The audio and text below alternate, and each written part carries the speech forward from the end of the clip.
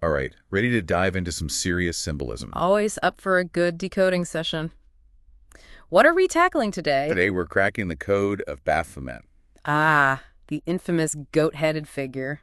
Gets a bad rap, doesn't it? Right. Usually screams evil incarnate. But we're all about digging deeper, right? Absolutely. There's always more than meets the eye, especially with this stuff. Exactly. So we're turning to our old friend, Eliphas Levi.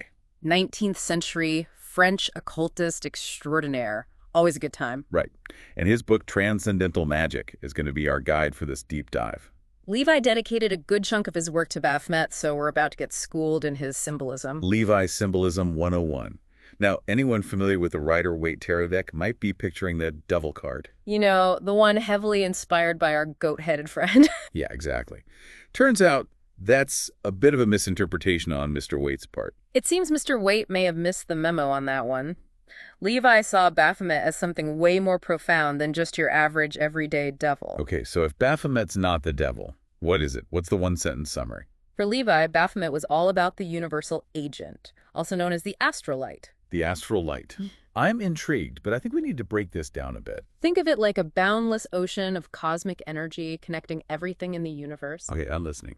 Baphomet, in all its goat-headed glory, is the ultimate symbol of this force, and more importantly, our potential to master it.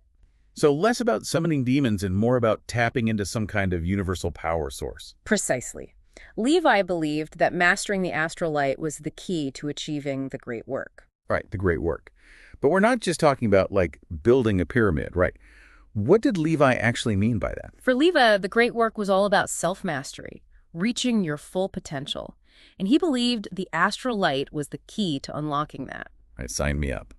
But how exactly do we go from goat-headed figure to, like, unlocking our inner superhero?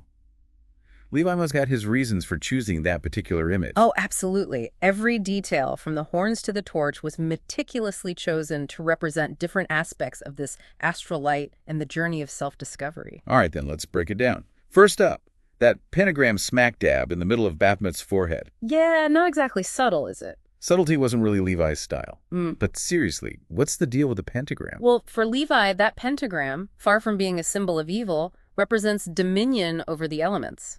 Dominion over the elements. Okay, now we're talking. Tell me more about that. Imagine being able to tap into the raw power of nature. That's the kind of dominion Levi attributed to the pentagram. He called it the soul's eye, suggesting the ability to see beyond the physical world, to perceive the invisible realm of spirits and energies. Okay, it's giving X-ray vision into the spirit world. So we're not just talking about controlling the weather here. We're talking about some next-level perception. Exactly. He believed that through understanding and working with the astral light, we could not only perceive these forces, but also influence them. Now, that's what I call tapping into your potential. But how does that tie back to the astral light? For Levi, the astral light was the source of this power, this ability to perceive and influence the unseen. And mastering the pentagram, so to speak, was a step toward tapping into that potential. Gotcha. Now, what about that torch? It's hard to miss that blazing away between Baphomet's horns. Gives off some serious fiery intellect vibes. Very astute observation. That torch symbolizes the crown chakra. The crown chakra. What does that represent? Often seen as the bridge between the material and spiritual realms. It's about igniting that connection to a higher consciousness, a key concept in understanding and mastering the astral light. So like a cosmic antenna, tuning us into those higher frequencies. Precisely. I like it. But Levi was all about balance, right? So there's got to be more to the story. Absolutely. Remember, Levi believed that the astral light had two sides. It was neither inherently good nor evil, but a tool that could be used for either, depending on the wielder's intentions. Okay, so how do we see that reflected in Baphomet? Well, that's where things get really interesting when we look at Baphomet's arms.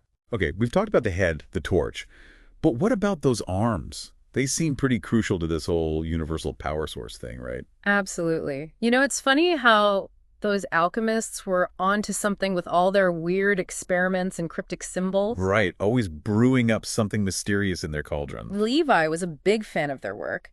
He saw a deep connection between alchemy and the astral light. As above, so below. Classic alchemy. And I'm sensing some of that here, too. Exactly. And we see that reflected in Baphomet's arms. One arm is inscribed with the word SLVE, the other with coagula.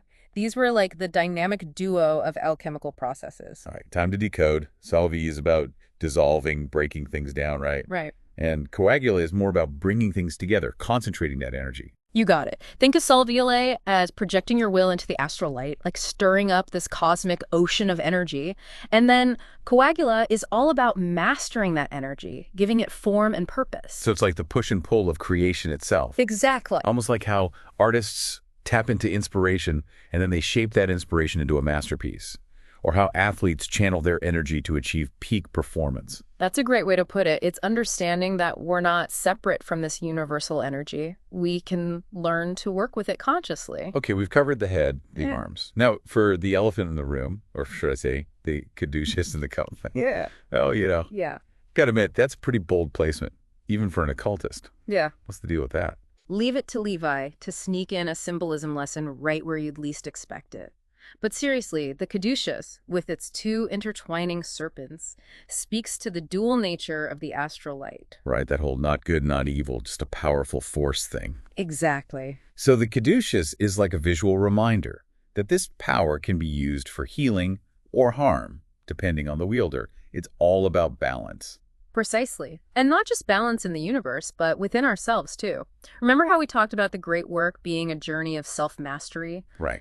Well, for Levi, that journey was about harmonizing the opposing forces within us, much like those two serpents intertwined on the caduceus. Okay, I see what you mean. So it's not about suppressing our darker impulses or, striving for some unattainable perfection. It's about recognizing and integrating all parts of ourselves, the light and the shadow. Exactly. And that's a message that often gets lost in translation, especially when we're so quick to judge based on appearances. Oh, I feel that. Just like we might initially see Baphomet as this scary demonic figure, we can also misinterpret people, situations, even our own emotions, without understanding the deeper meaning behind them. It's like we see a goat head and we instantly jump to evil.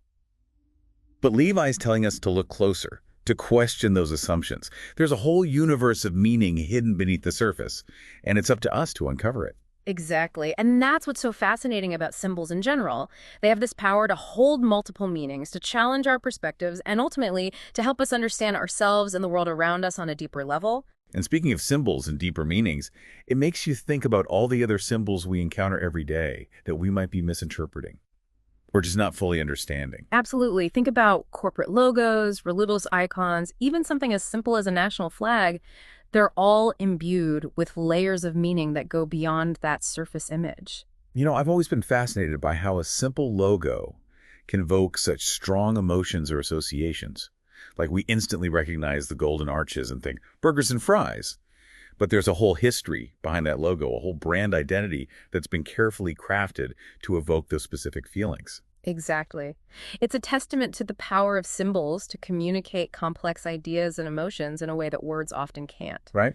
And it makes you wonder what other hidden depths are waiting to be discovered in the symbols that surround us every day. That's a great point. It's like once you start paying attention to these symbols and their deeper meanings, it's like a whole new world opens up. And that brings us back to Baphomet and what Levi was really trying to tell us with this complex, seemingly contradictory figure. It's almost like a riddle, isn't it? A visual representation of the mysteries that lie at the heart of existence. And as we've explored its different aspects, I think it's safe to say that Baphomet is far more than just a scary-looking goat man. For sure. It's a symbol of our own potential, a reminder of the hidden depths within each of us waiting to be discovered. Absolutely. And if we can learn to decode those symbols, both within ourselves and in the world around us, who knows what incredible transformations we might achieve.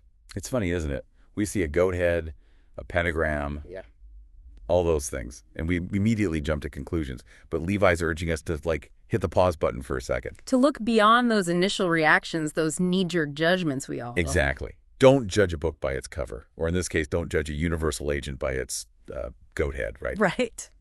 But speaking of the universal agent, we've talked about its duality, its potential for both, creation and destruction. Makes you think, We've got our own duality. Yeah. Like if this figure, Baphomet, can represent this force that can be used for, good or bad, what does that say about us? Are we one or the other, or are we capable of both? It's an age-old question, isn't it? Right. But I think Levi's perspective is interesting here. He seemed to believe that we all have this kind of inner duality, this potential for both creation and destruction.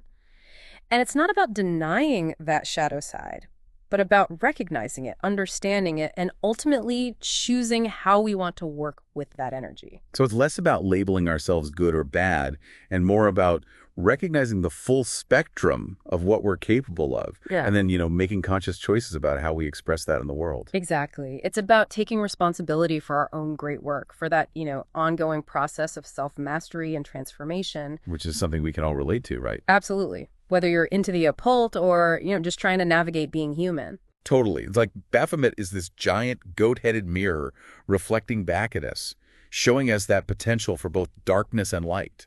And we get to decide which aspect we want to embody. And maybe the most important thing Levi's saying is that we have a choice. We're not stuck, We're not defined by our past, our mistakes, our flaws. Even those darker impulses that we all have, Right. we always have the power to choose a different path. I like that. So to wrap things up, next time you see something that seems a little scary, a little strange, maybe even a little goat-headed, don't write it off right away. Take a closer look. There might be a deeper meaning there than you realize. And who knows, you might learn a thing or two about yourself in the process. Couldn't have said it better myself. So until next time, keep those minds open and those detective hats handy. We'll be back soon to dive into another mystery.